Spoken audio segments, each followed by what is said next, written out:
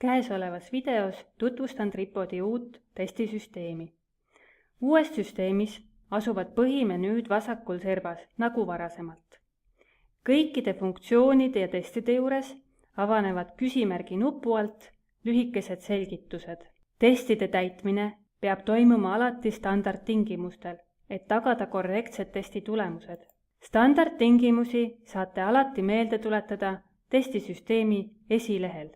Avaleheks ongi testimise leht, mille kaudu saab testimisega kohe algust teha. Selle lehe nimi oli varasemalt alamkontod ja veebilingid. Uue testimise ehk alamkonto loomiseks vajutage nuppu Uus testimine. Määrake vajalikud testid ja sobivas keeles. Seejärel pange testimisele nimi. Selleks võib olla kliendi nimi, testitava kooli või klassi nimi.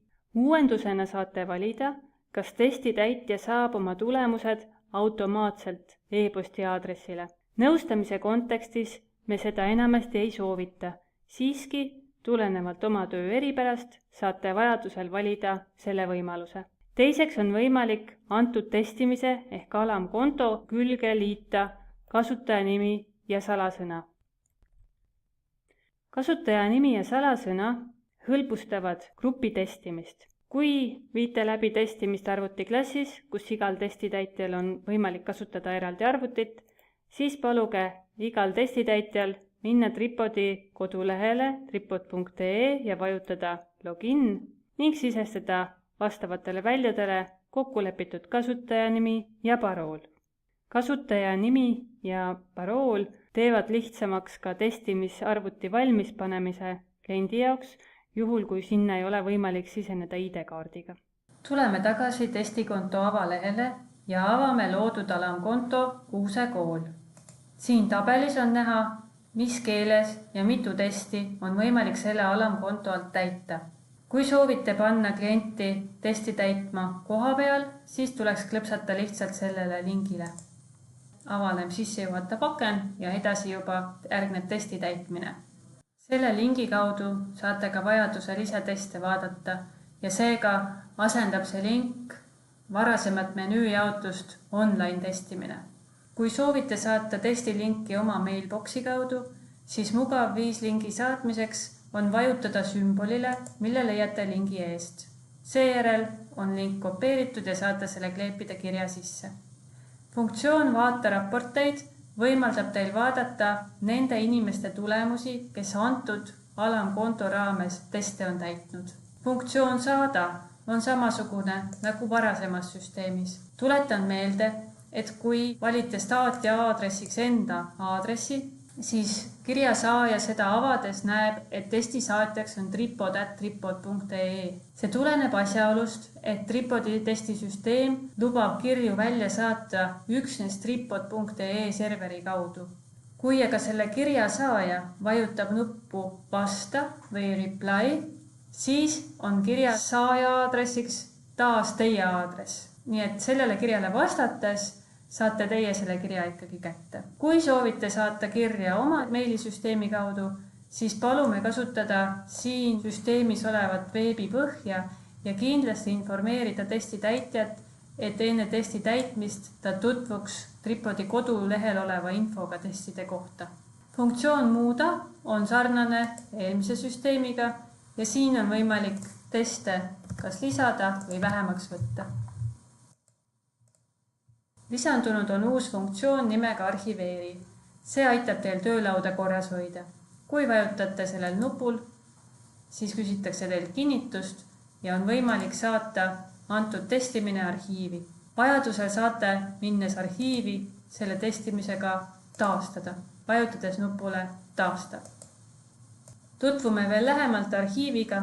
Lisaks testimistele on võimalik arhiveerida ka kirju, mis te olete testisüsteemi kaudu välja saatnud, ja ka testi tulemusi, mida te hetkel töölauale ei vaja.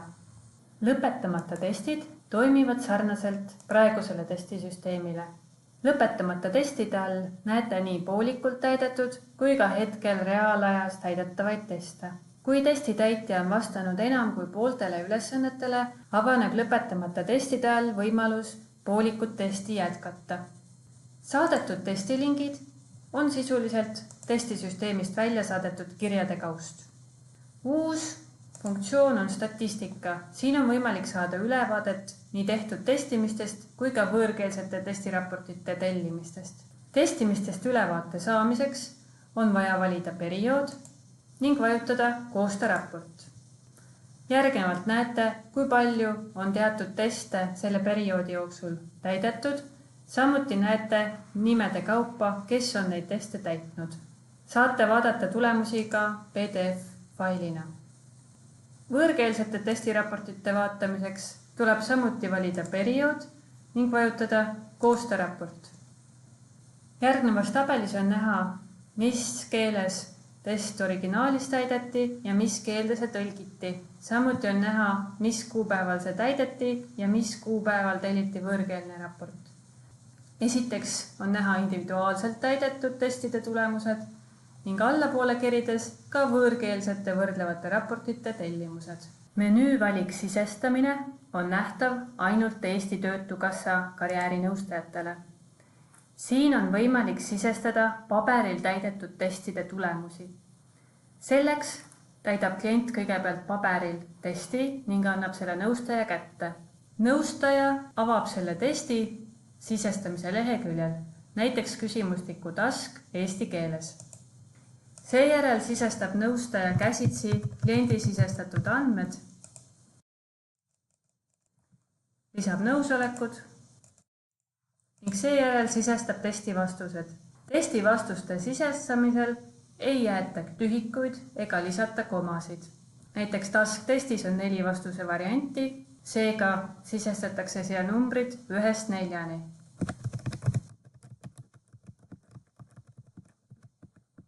Esimesele reale mahuvad vastused 1–20. Seega tuleks rea lõpus kontrollida, kas ollakse sama ülesande juures. Seejärel sisestada järgmised numbrid ja nii jõutakse viimase numbrini. Tuleb olla alati tähelepanelik, mitu väidet või ülesannet testis on. Näiteks küsimustik task koosneb 110 väitest. Seega viimasele reale tuleb ainult 10 numbrit. Ja vajutada sisestan ning seejärel leiate tulemused taas tulemuste lehel. Rääkides tulemuste lehest, siis siin esimene alaleht on testiraportid. Testiraportite lehel saab kiirelt avada kas testi täitja raporti või minu raporti. See minu raport on siis mõeldud testi läbiviijale. Avatud testi saab siis kas arvutisse alla laadida või printida. Täpsemate valikute nägemiseks vajutage nooleklahvid. Avanenud lehel on võimalik tõlkida testi teise keelde. Enamik teste on kättesaadavad 3 keeles. VVSN 2 keeles. Samuti on avanenud lehel võimalik saata testitulemused käsitsi testitäitjale või arhiveerida testiraport. Võrdleva raporti lehel on võimalik lisada mitu testitäitjat samasse raportisse.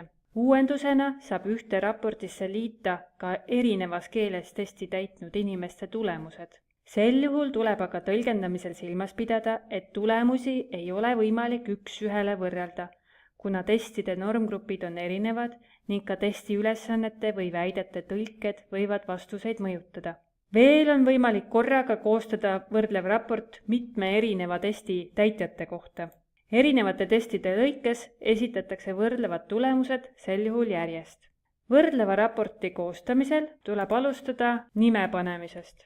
Kui te ise nime ei lisa, siis ka automaatselt nime ei lisata. Seejärel saab valida raporti keele ja soovi korral raporti tekste lühendada. Valik peida on mõeldud vilunud testikasutajale, kes pikki tekste testi tõlgendamisel ei vaja. Inimesi saab lisada testimisse kas testide kaupa, kus siis otsingutulemuste aknas näete kõiki selle testi täitnud inimesi, või ka minu testimiste kaupa. Kui näiteks teil on üks klassitäis lapsi täitud testid, siis on võimalik ka neid selle järgi raportisse valida. Kui me valime testide alusel näiteks kõik, kes on täitnud testi task, siis otsingutulemuste aknas saame valida täpsemalt, kelle tulemusi soovime raportis näha. Enne raporti koostamist vajutage kindlasti valitud testitäitjad, et veenduda, et raportisse lähevad õiged inimesed. Kui valik on õige, vajutage koosta ja koostataksegi vastav raport. Siin on näha erinevate testitäitjate tulemused võrdlevalt ja sulgudes on nime taga näha, mis keeles originaalis test täideti. Kui soovite lisada teise testi tulemusi, näiteks IK15, siis võib tekkida küsimus, miks ei ole siin näha IK15 tulemusi. Põhjus on selles, et asume hetkel valitud testitäitjate lehel, aga IK15 tulemused kuvatakse meile otsingutulemuste lehel. Kui lisame siit veel testitäitjaid, siis taas enne raporti tegemist läheme lingile valitud testitäitjad. Ja siin saame veel kord veenduda, kas siin on õiged inimesed. On võimalik ka kustutada tulemusi koostatavast raportist maha. Ja kui kõik on õige, vajutame koosta ja saame seekord 2 testi kohta järjest esitatud raporti. Saadetud tulemuste all talletuvad testisüsteemi kaudu saadetud testitulemused. Materjalide all leiate te kõige uuemad koolitusmaterjalid ja lisaks ka soovitusliku kirjanduse loetelu. Soovitame testi kasutajatel kindlasti ennast testimisega seotud teemadel täiendada. Selleks olemegi lisanud loetelu kirjandusest eesti ja ka inglise keeles. Siin leidub nii ülevaateartikleid laiemale lugejaskonnale kui ka akadeemilist kirjandust teemadega süvitsi minekuks. Ja viimaks kasutajad ja testid. Siin saate infot selle kohta, kui pikalt on veel kehtiv leping ja kui palju teste ja milliseid teste on teie kontole lisatud. Soovime head testisüsteemi kasutamist!